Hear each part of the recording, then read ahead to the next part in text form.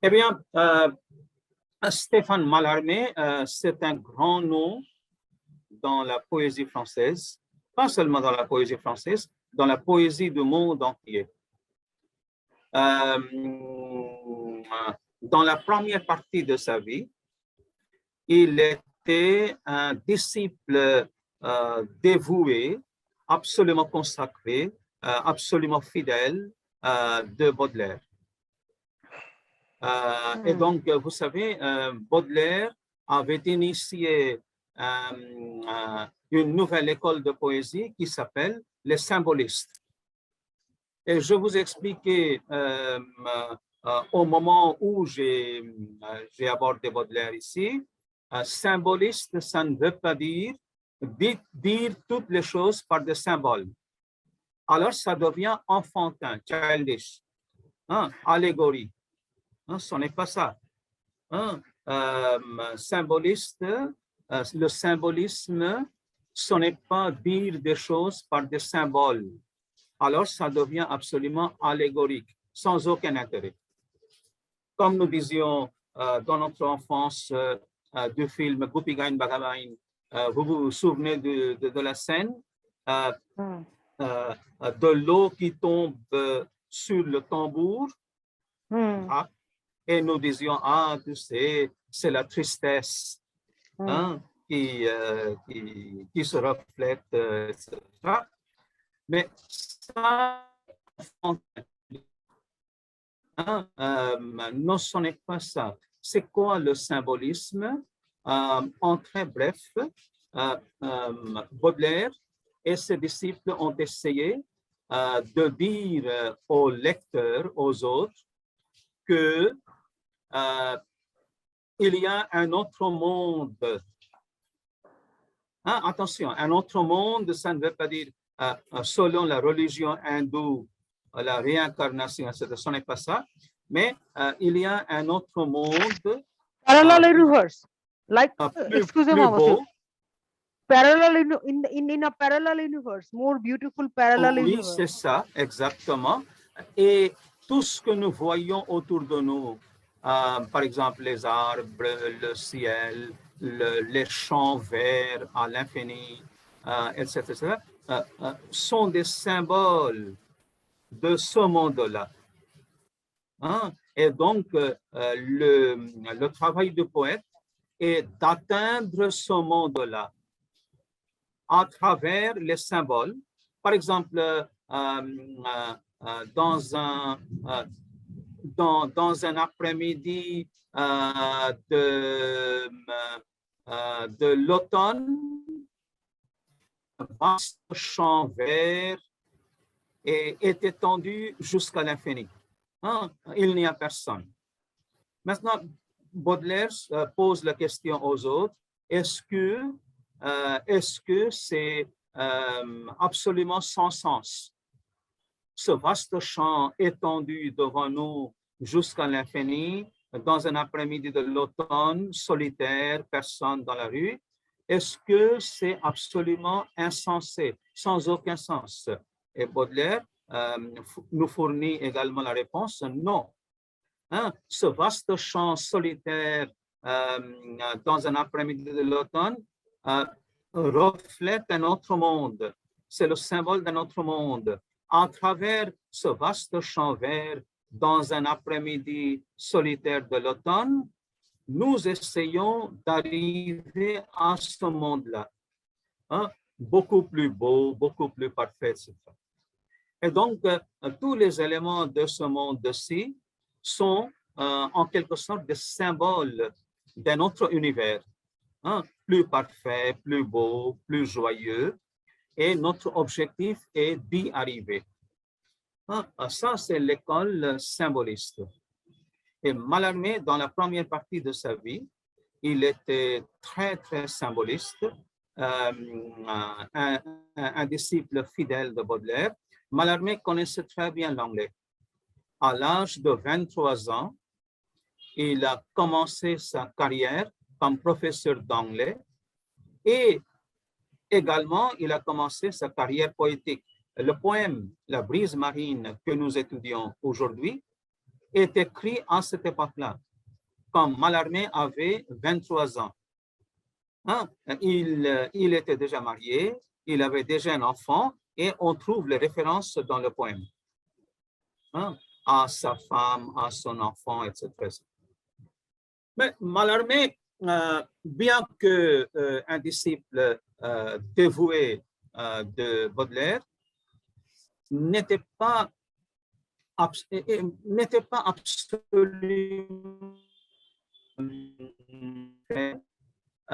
de la poésie. Il admirait Baudelaire comme un dieu, indubitablement, mais il voulait aller plus loin, ou bien il voulait créer quelque chose d'autre. Mais il n'y arrivait pas dans la première partie de sa vie, et alors il avait une crise existentielle. Hein? Et l'ennui le rongeait le jour et la nuit. Vous savez, l'ennui, ce n'est pas exactement boredom en anglais. C'est beaucoup plus que le boredom en anglais. C'est à la fois, bien sûr, boredom, mais il y a la solitude, il y a la monotonie, il y a une sorte de, comment dirais-je, oui, monotonie, solitude et une sorte de stagnation. Une sorte de stagnation. Stagnation. Oui. Alors, l'ennui.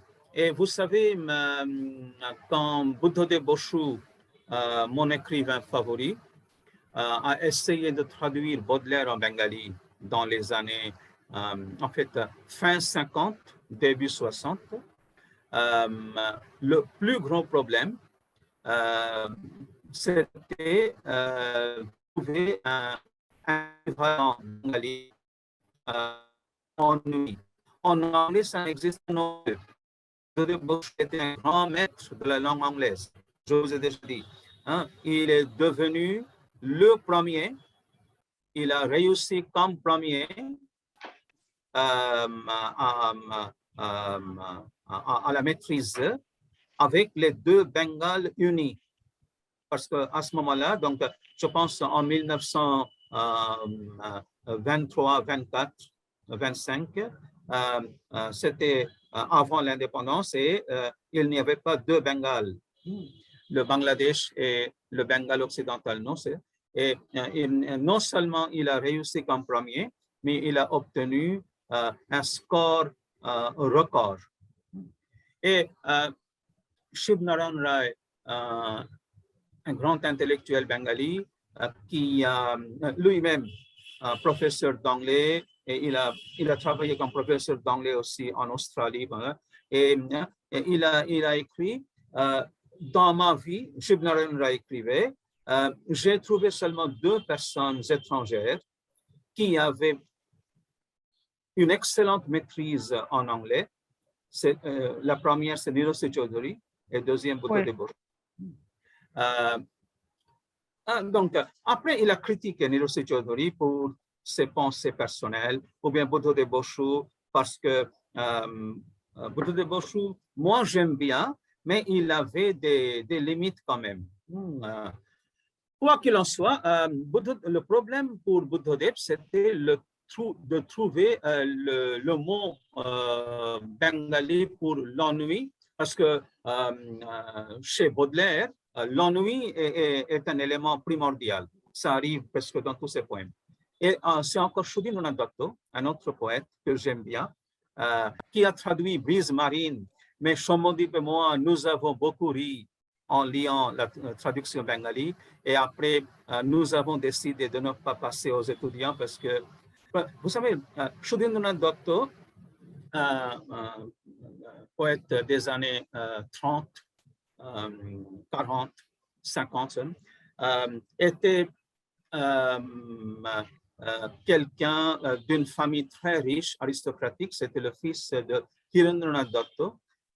hyper riche, mais il était un grand érudit en sanskrit et en anglais. Après, il a passé sa jeunesse en Angleterre, en Allemagne, et il a commencé, il a étudié le sanskrit à Benares. Et son bengali, c'était extrêmement difficile. Hein. En lisant le bengali de Surinath, il nous semble que nos dents tombent une à une. Dadbhanga Bangla. L'équivalent de l'ennui, c'est Nirbed. Pourquoi? Parce que Bed, vous savez, Bed a plusieurs sens, mais un sens de Bed, c'est la joie, la lumière, etc. Et donc, l'absence de tout cela, c'est Nirbed, parce que ennui, ce n'est pas Birokti. Ennui, ce n'est pas boredom, donc hatasha, ce n'est pas ça, et donc c'est ça. Mais Mallarmé a repris l'élément baudelairien, l'ennui, le voyage, ici aussi, mais après il cherchait autre chose, trouver la nouvelle poésie. Et dans la deuxième partie de sa vie, il a créé une nouvelle école de poésie qui s'appelle la poésie hermétique. Vous savez qu'est-ce que c'est le hermétisme? H-E-R-M-E, l'accent aigu, H-E-R-M-E, acute accent, T-I-S-M-E, T-I-S-M-I. Qu'est-ce que c'est le hermétisme? Le hermétisme, c'est quelque chose qui n'est pas facilement compréhensible. C'est-à-dire, à la première lecture, vous ne comprenez presque rien. Donc, parce que d'abord, il y a la difficulté de la langue, mais aussi la difficulté du sujet. Mais peu à peu, quand vous entrez dedans, vous y trouvez un grand trésor. Et donc, la poésie hermétique, Mallarmé, c'est Mallarmé qui a créé. Et c'est pourquoi les poèmes de la deuxième partie de la vie de Mallarmé sont assez difficiles à comprendre. Mais ils sont considérés comme les chefs-d'œuvre de la poésie française. Et avant de mourir, Mallarmé avait entrepris un projet parce qu'il disait que en écrivant la poésie, si vous nommez les choses, la poésie perd tout intérêt. Et donc, vous ne nommez pas la chose, l'arbre, le ciel, la rue, mais vous essayez de non seulement la description, mais vous essayez de faire vivre cet élément pour que ça passe au lecteur. Mais il n'avait pas pu terminer son projet. Il est mort brutalement. C'est ça, Mallarmé. Le poème que nous étudions aujourd'hui, c'est le jeune Mallarmé. Il n'avait que 23 ans. Il était déjà marié. Sa femme s'appelait Marie. Ils avaient déjà un enfant. Mais Mallarmé, contrairement à Baudelaire,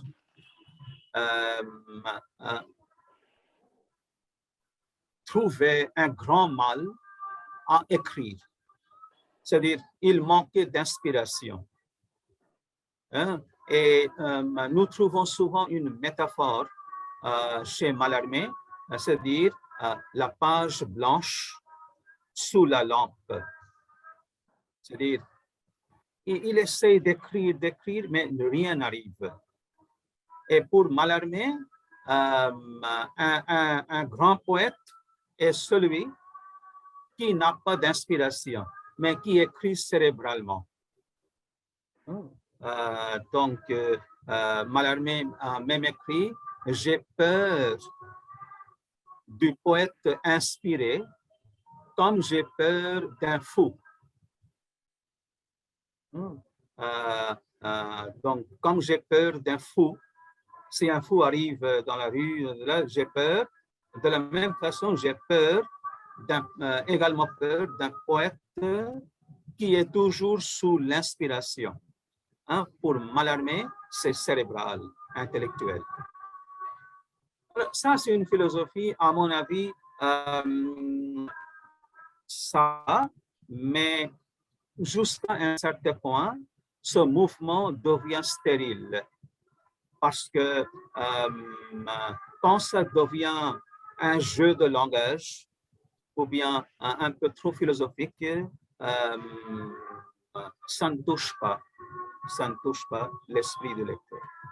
Mais le jeune Mallarmé a écrit des choses absolument magnifiques, dont le poème que nous allons étudier tout à l'heure. À la différence de Baudelaire, c'est un grand nom, mais à la différence de Baudelaire, chez Baudelaire, on trouve quand même quelques failles. Qu'est-ce que c'est une faille? F-A-I-L-L-E.